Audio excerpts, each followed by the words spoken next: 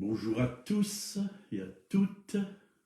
Soyez les bienvenus au trésor du ciel. Voilà, chaque matin, dans sa fidélité, nous voulons écouter sa parole. Car sa parole est la vérité. C'est une nourriture spirituelle dont nous avons besoin chaque jour. Si on veut grandir, il faut manger. Il faut se nourrir, que ce soit pour le corps ou pour l'esprit. Nous voulons grandir en Christ. Voilà, et ce matin, j'aimerais vous parler de l'épouse de Christ. Et c'est qui l'épouse de Christ? C'est tous ceux qui lui appartiennent et qui sont amoureux de Jésus. C'est ça, l'épouse de Christ. Voilà, je veux saluer Michel Roltz, Germaine Poitou et tous les autres qui sont sur le live. Soyez encouragés, soyez fortifiés, renouvelés, éclairés. Vous êtes aimés de votre époux Jésus-Christ. Et on va prendre un passage dans 2 Corinthiens, chapitre 11, verset 2. Donc c'est Paul qui dit aux frères et sœurs de l'église de Corinthe: car je suis jaloux de vous, d'une jalousie de Dieu, parce que je vous ai fiancé un seul époux, pour vous présenter à Christ comme une vierge pure. Toutefois, de même que le serpent séduit Ève par ruse, je crains que vos pensées ne se corrompent et ne se détournent de la simplicité à l'égard de Christ. Vous voyez, dans ce passage, Paul commence à dévoiler ce qu'il a sur son cœur. Et il a vu qu'il y a des choses qui n'allaient pas dans cette église de Corinthe.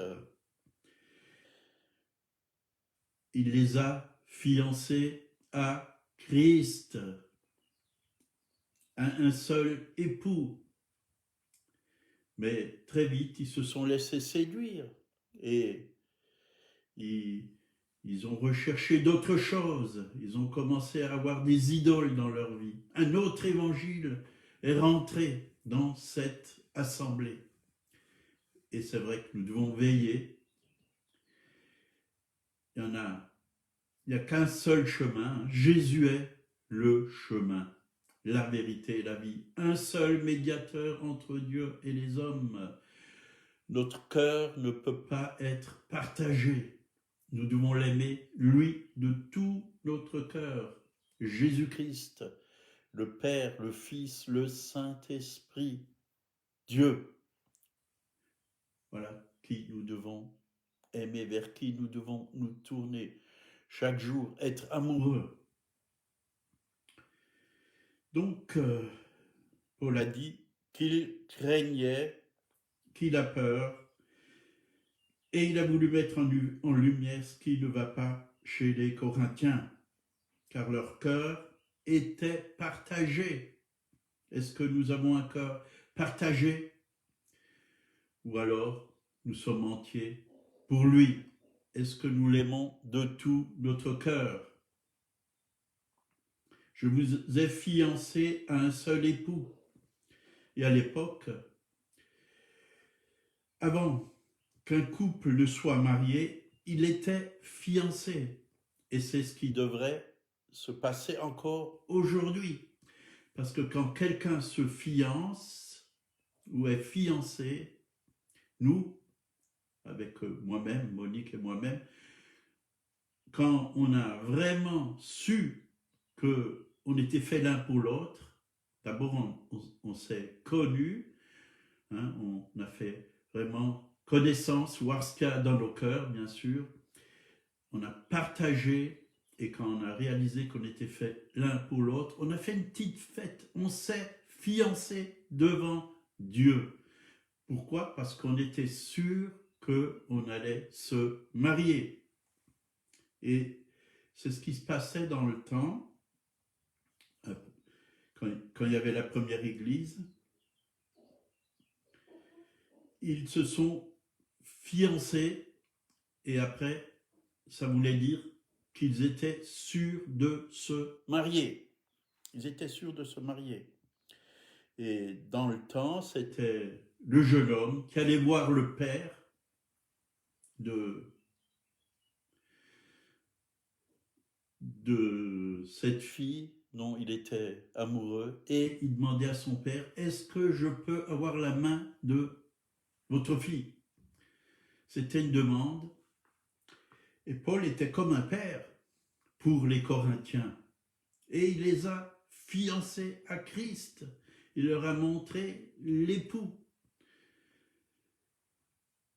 Et l'apôtre Paul leur a fait 7 reproches parce que petit à petit, alors qu'il leur avait fait découvrir l'époux, celui qui devait aimer plus que tout, il leur a fait 7 reproches. Je crains que vos cœurs se détournent du Seigneur, comme Ève, oui, qui s'est laissée séduire par le malin. Il a craint que l'église de Corinthe se laisse séduire, que nous puissions veiller, que Jésus soit toujours le centre de notre vie, que nous puissions toujours fixer nos regards sur lui, car quand on fixe nos regards sur lui, qu'est-ce qu'on voit? On voit que c'est lui l'époux. On voit que c'est lui qui nous a aimés le premier, qui a donné sa vie pour nous, qui s'est sacrifié pour nous, qui nous aime d'un amour parfait, que le Père a envoyé ce qu'il avait de meilleur pour nous. Et nous devons toujours réaliser qu'il est là, qu'il veille sur nous, qu'il prend soin de nous. Il est le bon berger, il a donné sa vie pour ses brebis, il pourvoit. Nous devons toujours réaliser que c'est lui que nous aimons et rien d'autre, pas Jésus plus des idoles. On peut adorer des idoles, oui, mais Dieu ne veut pas ça. Si on adore des idoles, on s'égare loin du Seigneur. Il y a un mélange. Et Dieu désire que nous soyons dans cette simplicité de Christ. Vous êtes corrompus par rapport à la simplicité de Christ. Voilà ce qu'il leur dit. Vous désirez plus qu'un époux, ça devient de la polygamie, avoir plusieurs femmes.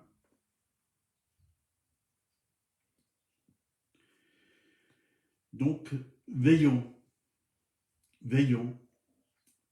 Matthieu 25, versets 1 à 13, là on va parler de les vierges sages et des vierges folles. Que nous puissions veiller. Matthieu 25, 1 à 13. Alors le royaume des cieux sera semblable à 10 vierges qui avaient pris leur lampe, allèrent à la rencontre de l'époux. 5 d'entre elles étaient folles et 5 sages. Les folles, en prenant leur lampe, ne prirent point d'huile avec elles, mais les sages prirent avec leur lampe de l'huile dans des vases. Comme l'époux tardait, toutes s'assoupirent et s'endormirent au milieu de la nuit. On cria, voici l'époux, allez à sa rencontre. Alors toutes les vierges se réveillèrent et préparèrent leurs lampes. Les folles dirent aux sages, donnez-nous de votre huile, car nos lampes s'éteignent. Les sages répondirent, non, il n'y aurait pas assez pour nous et pour vous. Allez plutôt chez ceux qui en vendent et achetez-en pour vous Pendant qu'ils allèrent en acheter, l'époux arriva. Celles qui étaient prêtes entrèrent avec lui dans la salle des noces. Et la porte fut fermée. Oui, la porte fut fermée. Ça me fait penser, oui, à l'arche de Noé. La porte était fermée. Ils ont fermé la porte. Quand toute la famille, tous les animaux, tous ces couples sont rentrés, la porte, c'est Dieu lui-même qui a fermé la porte. On a beau toquer, on a beau dire Seigneur, ouvre-moi, c'est fini. Il y a un temps pour tout. Nous devons être prêts. Plus tard, les autres vierges vinrent et dirent Seigneur, Seigneur, ouvre-nous. Mais il répondit, je vous le dis en vérité, je ne vous connais pas. Alors, c'est des paroles qui pourraient nous sembler très dures, mais on est prévenu depuis tout le temps, depuis qu'on le connaît, depuis qu'on connaît le Seigneur, que nous devons veiller. Veillez et priez, afin que vous ne tombiez pas en tentation. La chair est faible, l'esprit est bien disposé, mais la chair est faible. Donc il est dit, veillez donc, puisque vous ne savez ni le jour ni l'heure. On ne sait pas quand le Seigneur va revenir. En tout cas, il viendra dans la nuit comme un voleur. Comme un voleur. Quand on ne s'y attendra pas. Du coup, il sera là. Il va venir. Soyons prêts. Soyons prêts. Jésus revient bientôt. Il y a beaucoup de signes aujourd'hui que Jésus revient bientôt. L'époux va revenir pour chercher son épouse. Il va revenir pour les noces. Est-ce que vous voulez rentrer, oui, dans la salle des noces? Moi, c'est mon désir. C'est pourquoi chaque jour, je veille.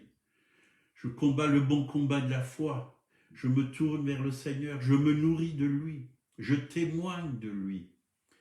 Et je préviens aussi ceux qui sont autour de moi qu'il y a un sauveur et que quelque chose va se passer, qui va venir chercher son épouse pour l'enlever, mais aussi que ici-bas sur la terre, l'ennemi, oui, l'antéchrist va se lever et beaucoup de gens vont être séduits par lui. Ils vont même le prendre pour Dieu parce qu'il fera des prodiges, des miracles.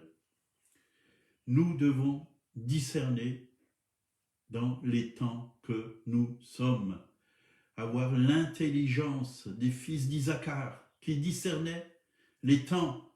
Nous sommes dans les derniers temps. Nous sommes, oui, dans ces temps où un gouvernement mondial est déjà mis en place et qui cherche vraiment à manipuler les gens, à les dominer, à faire ce qu'il a envie de faire avec eux.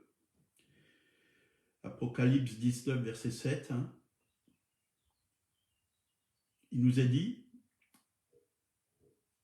il désire une épouse prête pour les noces. Il désire une épouse prête pour les noces. Et là, il nous a dit, Apocalypse 19, 7, réjouissons-nous et soyons dans l'allégresse et donnons-lui gloire, car les noces de l'agneau sont venues et son épouse s'est préparée. Son épouse s'est préparée. Alors, préparons-nous. Aujourd'hui, nous devons nous préparer. Chaque jour, nous devons nous préparer. Les vierges folles n'étaient pas prêtes et n'ont pas pu rentrer dans les salles des noces. Elles n'avaient pas assez d'huile, c'est-à-dire qu'elles n'étaient pas remplies du Saint-Esprit. L'huile, ça représente le Saint-Esprit. Mais leur lampe était en train de s'éteindre, dit la parole de Dieu dans cette parabole. Elle était en train de s'éteindre. Est-ce que vos lampes sont en train de s'éteindre?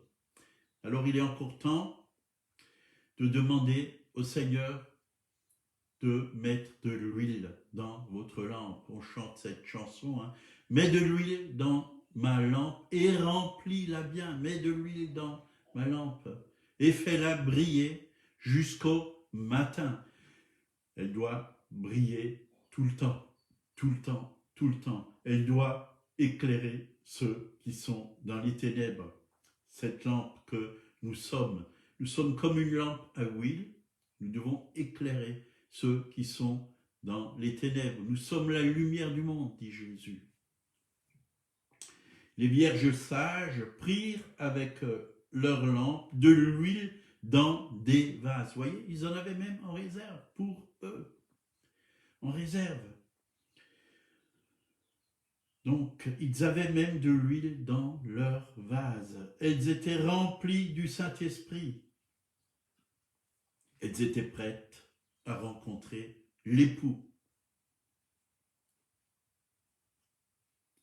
Et elles sont rentrées dans la salle des noces. Donc, quelle épouse le Seigneur viendra chercher? Alors, on peut voir dans Éphésiens 5, versets 25 à 27. Là, il nous est dit, Marie, aimez vos femmes comme Christ a aimé l'Église, qui s'est livré lui-même pour elle, afin de la sanctifier par la parole, après l'avoir purifiée par le baptême d'eau, afin de la faire paraître devant lui, cette Église glorieuse, sans tache ni ride, ni rien de semblable, mais sainte et irrépréhensible. Donc, là, il nous est parlé d'une épouse glorieuse, c'est-à-dire remplie de la gloire de Jésus. Jésus lui-même, avant de monter au Père, il a dit « Je vous donne ma gloire, afin que vous soyez un, que nous soyons unis avec les autres, avec les frères, avec les sœurs en Christ. Je vous donne ma gloire, remplie de sa gloire. » Et c'est quoi la gloire de Dieu? C'est la doxa, c'est tout ce que Dieu est, a, ce qu'il est et ce qu'il a. Il nous le donne, il nous le donne. C'est cet immense amour, cette joie, cette bonté, cette sainteté, oui, cet esprit, oui, de gloire qui nous conduit toujours dans la louange, dans l'adoration, dans la faim et la soif de Dieu, dans la reconnaissance, dans l'unité, dans la vérité, dans la sainteté, à être amoureux du Père, du Fils et du Saint-Esprit. C'est ça, la gloire. Quand on est rempli de la gloire, on est dans l'atmosphère du ciel, on est dans la joie, on est heureux, on est libre, oui, des griffes du malin, oui, des pièges du malin, parce que la gloire, l'ennemi ne peut pas rentrer dans la gloire. L'ennemi ne peut rien faire quand la gloire de Dieu est dans la vie de quelqu'un. La gloire, c'est la vie de Dieu en nous, dans notre esprit. C'est ça, la gloire de Dieu. C'est la vie de Dieu, c'est la nature divine. C'est ce que Dieu est, c'est ce que Dieu a. Ce que j'ai, je te le donne. Il nous le donne. Et nous devons manifester ce qu'il nous a donné autour de nous, afin que d'autres puissent être touchés par cette gloire, être transformés par la gloire de Dieu. Donc, une épouse glorieuse, unie, un seul esprit avec lui. Donc, sans tache, cela parle sans péché, parce que les taches représentent le péché. Une épouse qui n'est pas souillée, qui veille, ni ride, donc cela parle, les rides parlent de vieillesse. Une église qui est jeune, une épouse qui est jeune, belle, sans rides, belle, prête à marier, dynamique. Ni rien de semblable, une épouse remplie de vie et de la présence du Saint-Esprit, sainte et irrépréhensible. Sainte, voyez, la sainteté de Dieu. La sainteté de Dieu. Dieu veut une église sainte. c'est-à-dire une église qui ne vit pas comme les gens du monde, mais qui vit avec les valeurs du royaume de Dieu, dans la sainteté, parce que Dieu est saint. Il l'a dit, soyez saints car je suis saint. Une église remplie d'amour et qui a aussi une conscience tranquille, qui n'a rien à se reprocher, à qui on ne peut rien reprocher. Donc Matthieu 24, on va finir par ces derniers versets, ces deux derniers versets. Matthieu 24, 36 et 37. Pour ce qui est du jour, de l'heure, personne ne le sait, ni les anges des cieux, ni le Fils, mais le Père seul. Donc, personne ne sait quand il reviendra. Ça ne sert à rien de donner des dates. Il y a des gens qui donnent des dates. Je regrette, mais Jésus lui-même, il ne sait pas. Il viendra quand le Père lui dira de revenir. Même les anges ne le savent pas. En tout cas, il reviendra. Pour ce qui est du jour, de l'heure, personne ne le sait. Ni les anges des cieux, ni le Fils, mais le Père seul. Vous voyez, le Père seul le sait. Beaucoup ont commis cette faute de donner des dates. Soyons prêts parce qu'il revient bientôt. Mais soyons surtout amoureux de notre époux Jésus-Christ, amoureux ou amoureuse. Alléluia, il revient bientôt. Et pour l'épouse, c'est une délivrance, une délivrance, une délivrance. On n'aura plus à subir tout ce qui se passe ici-bas sur la terre. Mais pour l'instant, nous devons persévérer jusqu'à la fin pour être sauvés, être fidèles jusqu'à la fin, jusqu'à la mort, jusqu'à quand le Seigneur revient nous chercher. Restez fidèles. Voilà. Je vous bénis tous au nom du Seigneur. Je salue encore le frère Giuseppe de Mattei, pasteur Irman, Yvonne Bertou et tous ceux qui sont sur le live. Passez une bonne journée. Si vous pouvez vous réunir avec des frères et sœurs, le louer, l'adorer, le bénir, lui faire un culte qui lui est agréable, lui apporter le parfum de votre cœur, réjouir le cœur du Père. Bonne journée, soyez bénis. Et si quelqu'un ne connaît pas Jésus-Christ, il vous aime énormément. Il a donné sa vie pour vous. Il s'est donné totalement pour vous. Il désire vous sauver, que vous ne soyez plus dans les ténèbres et que vous puissiez venir dans sa lumière. Il est la lumière qui va éclairer votre vie. Il veut pardonner tous vos péchés. Il a payé pour vous sur la croix, pour tous vos fautes, pour tous vos péchés. Son sang vous purifie. Livrez-lui votre cœur. Dites, Seigneur, je te donne mon cœur, je te donne ma vie. Viens me laver, viens me purifier. Tu es l'agneau de Dieu qui enlève le péché du monde. Transforme-moi. Oui, j'ai besoin du Dieu vivant, de lui qui a créé le ciel et la terre. Et Dieu va se révéler à vous, et je vous encourage à lire sa parole. Commencez par le Nouveau Testament, vous nourrir de lui. Dieu va vous parler au travers de sa parole, et votre vie va être transformée. Allez, à demain matin, on continue. Bonne journée à tous et à toutes.